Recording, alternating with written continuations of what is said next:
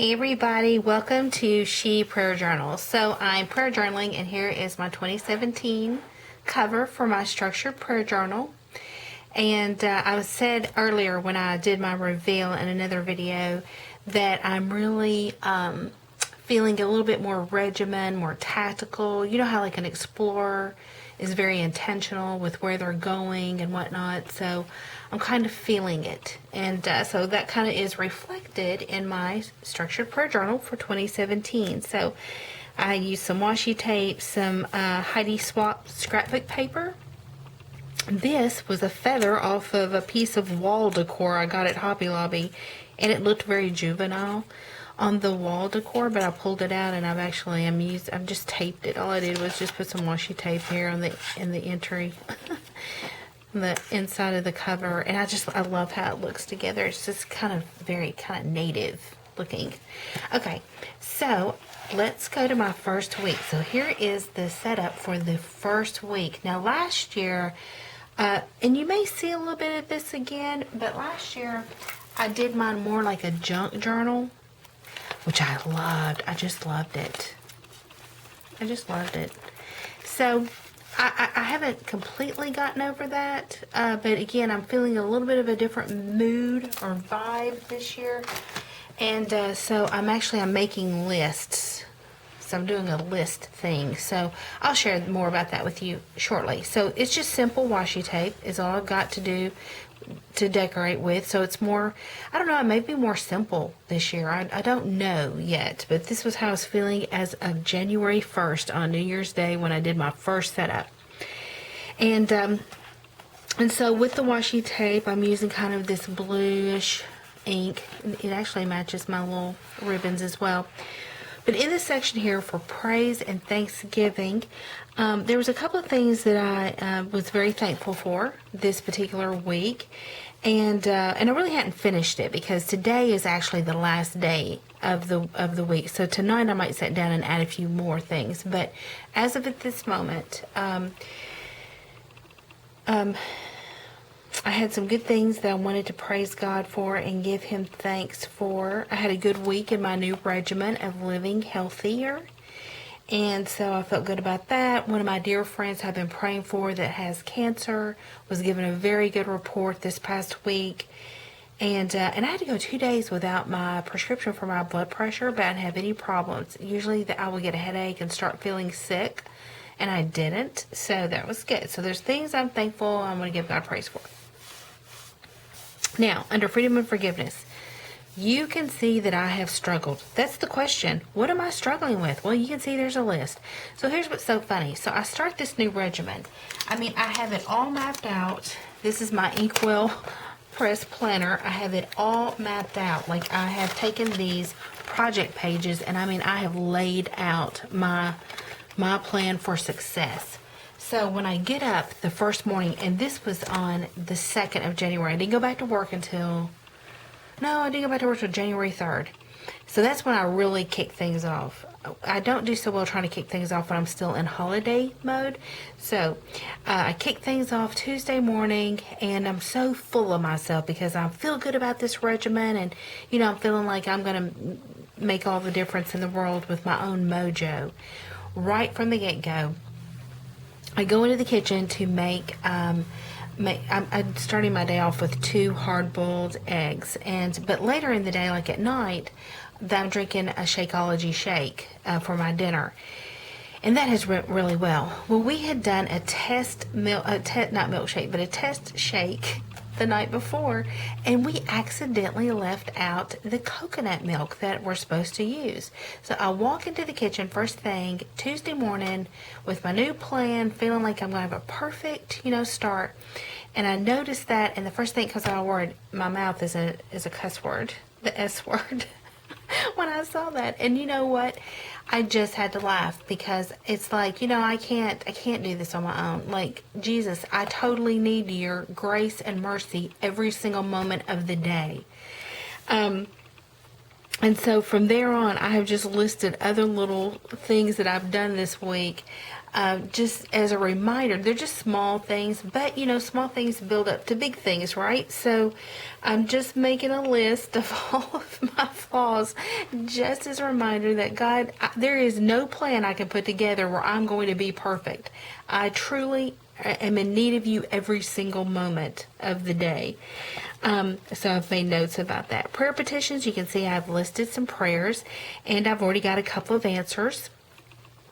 And then down here below is usually if I don't have an answer, I can see God moving in a prayer, and I start listing some things down there. Sometimes God begins to show us that He is working in a situation.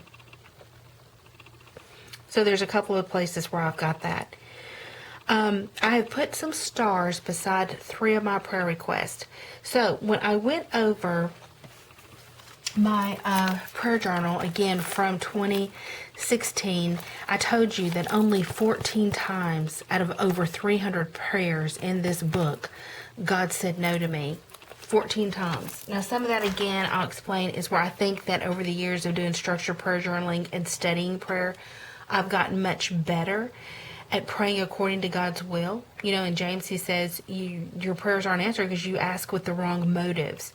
So I really try to be careful with what I'm praying over. I think that is important. I don't just throw anything up to God. I really try to be thoughtful and prayerful and pray in the right spirit and pray in the right way and pray according to His will. So anyways, if you want to get better at that, watch my videos. Go to GinaDuke.com. Look up my prayer tips. Get you one of these, my prayer journaling books, read it. It's got great tips in it. And begin to do this, structured prayer journaling. It'll help you. And so, anyways, but also what I felt like God was really possibly saying to me is, Gina, I'm not only able to answer your prayers, I'm in the mood to answer your prayers. And I felt like He was almost challenging me to ask for bigger, scarier things. And so I talk about Lisa Bevere. If you look her up on YouTube, she's got a great video about praying scary prayers. And so lo and behold, 3 things right from the get-go are big things. So I'm just going to test the spirit. Is God really saying, I'm in the mood to answer your prayers? You ask me just about whatever you want. And I'm not asking Him for things. It's not like a genie in the bottle. I'm not asking for things for myself. I'm asking Him for some serious things. And I want to be very prayerful and very spirit-led in that journey. So that's kind of what I got going on in my prayer closet. I call this setup the prayer closet organizer. Okay, so that's where I'm putting stars beside the big scary prayers, and we're going to see what God does. For my heart and my passion, I definitely want to employ James 3:2. So on page 19 of my book, this is really neat, especially if you're trying to be an overcomer with an area that you're struggling with. You want to have a better year like I did, like I am planning to have, more regimented. When I say regimen, I want to be more spirit controlled and disciplined, and live a healthier lifestyle, and just be the best me that I can be. I think that's honoring to God. But James 3:2, it says, we all stumble in many ways. Anyone who is never at fault in what they say is perfect, able to keep their whole body in check. So do you know what that's saying? If you could be perfect, it would be that you'd be a person, you never make a mistake in anything that you say. Well, we know that's impossible because I got that right from the get-go of my new year. But if I was, I would be someone who could bring my whole body under subjection.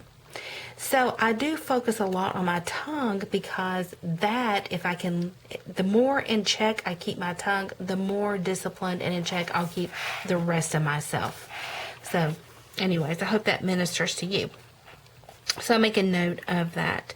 Ambassador notes, I really only witnessed Jesus to one person this particular week. Again, here's a couple of entries where God is moving in some things that I've got up here. For ears to hear, I have a list of things that I think God may be speaking to me, and I'm making note of that, and I'll continue to pray over that and then follow through, and when I follow through, I'll put the entry there. So that's the 10 compartments of my structured prayer journal. Now, going back to lists, I decided I'm going to do 52 different lists I'm going to have listed in my prayer journal. So the first, and I'm calling it rank and file. So I'm going to probably do a big list for rank and file, and you can probably the next 2 weeks. I would say by mid-January. And I'm sorry I'm not ahead of the game on this, but you should be able to get the full list. And you can always go back and catch yourself up. It's nothing that's, you got to start January 1 with me, or you can't do it. But it's going to be called Rank and File. You know, I'm ranking things, and then I'm filing away my prayer journal, and that's just kind of my little list title. And the first one I started off with was most influential Bible studies, and so I've listed them all here. I listed them in accordance to how they fit in my little paint sample that I got at Lowe's. And then I went back and ranked them. But I'll tell you about my quickly about my. And I did 10. There's I think 10 of these, but let's just start at the top. There's 2 Beth Moore Bible studies that I think influenced me the most. One was A Woman's Heart, God's Dwelling Place. And that was the first Beth Moore study I ever did. It's probably the most influential one because I'd never done anything quite like it. And it was my first introduction to Beth Moore. And being able to understand that I could get revelation knowledge out of the Word of God, that I could dig it out like she did. You know, like it was a whole new game changer for me. And I thought it was the most difficult study that I've done of hers, but I thought it was so good. Then Living Beyond Yourself, where she talks about the fruit of the Spirit. I think one of the most important things you can do as a believer in Jesus Christ is to do a study on the fruit of the Spirit. So I thought that was good. Third would be mine, my book, Organizing Your Prayer Closet. If you go to GinaDuke.com and look up my book, you'll see that there is a study guide that you can do with a group of friends. I think it lasts 10 to 12 weeks. And it's, of course, most influential to me because God, He has taught me this whole method of structured prayer journaling and so much about prayer. It probably should be number 1, actually. But I just hated to rank it number 1. You know, I'm trying to be, humble. Kelly Minter did I got to go back to this one. But Kelly Minter did Nehemiah, that study. I led that Bible study at my church, and I just felt like it wrecked me. It made me, she talked about the disgracefulness in people's lives. Not that we are to look at people as if they are disgraceful, but we should be so burdened by the disgrace that exists in other people's lives. I mean, even in our own lives, but she's more talking about from a missionary ministry mindset, that we should be about like God is and removing disgrace from people. I loved that study. Margaret Fenberg did Scouting the Divine, which I liked that because it was very unique. And I like things that are unique because I write studies and biblical content, and so I like things that really kind of inspire me. Lisa Bevere, Lioness Arising. What I like about Lisa Bevere is that when she talks about women, it's in a very empowering way. I think there are some other good teachers out there that talk about women in a very, biblical womanhood way. Like Nancy Lee DeMoss. Oh, I love her. Her and Lisa Bevere talk about women in very different ways. And Nancy Lee DeMoss is very biblical about, women being submissive to their husbands. I mean, and I agree with all of that. On the flip side, Lisa Bevere talks about the empowering part of being a woman, and I love that too. So check her out. Lisa TerKeurst, The Best Yes. I love Lisa TerKeurst just because I'm a writer and she's like the awesome teacher in writing. And so I loved a lot of things she pulled out in The Best Yes. Henry Blackaby, Experiencing God. You know, I just did that study just a few years ago, and it came out many moons ago. But for a long time, I didn't do Experiencing God from a very prideful place, and I was like, well, I know how to experience God. Everybody else needs to do that study. And so my church did it. They wanted to go back through it, so I signed up and did it. And you know what? I learned a lot. And he's so right about how to find where God is working and join him in that work and the crisis of faith. And I mean, it is true. Of course, it's a life-changing study. And then Time for Healing was when I went through a divorce. I'm scripturally, biblically released from my previous marriage. And so I went through a divorce recovery class. And, you know, actually in the friendships and the church where I attended that class led me to meeting my husband now.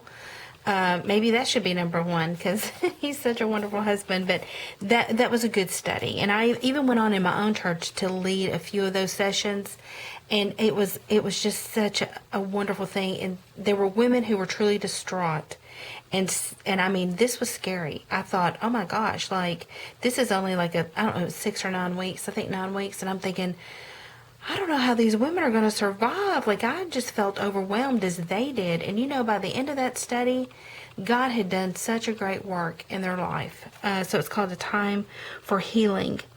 What else? Milk. There's this little book. They're a series. It's called The Milk, the Bread, the Fish, but it really talks about Bible basics. And I put that down because many years ago, my pastor from my home church took us through this. And that was really probably the very first Bible study that I ever did. It was a little pamphlet that he took us through, but they're still in business. I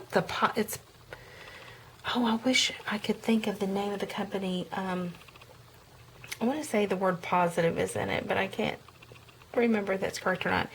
But they have a great series of books if you're looking for Bible basics. And I even taught from that because later on I had some women wanting some basic Bible, Christian training. And so we went through those books. It was good. So basically that is how I have ranked all of these books. It's hard to rank them. This is going to be more difficult than I thought because they're all so influential in some way.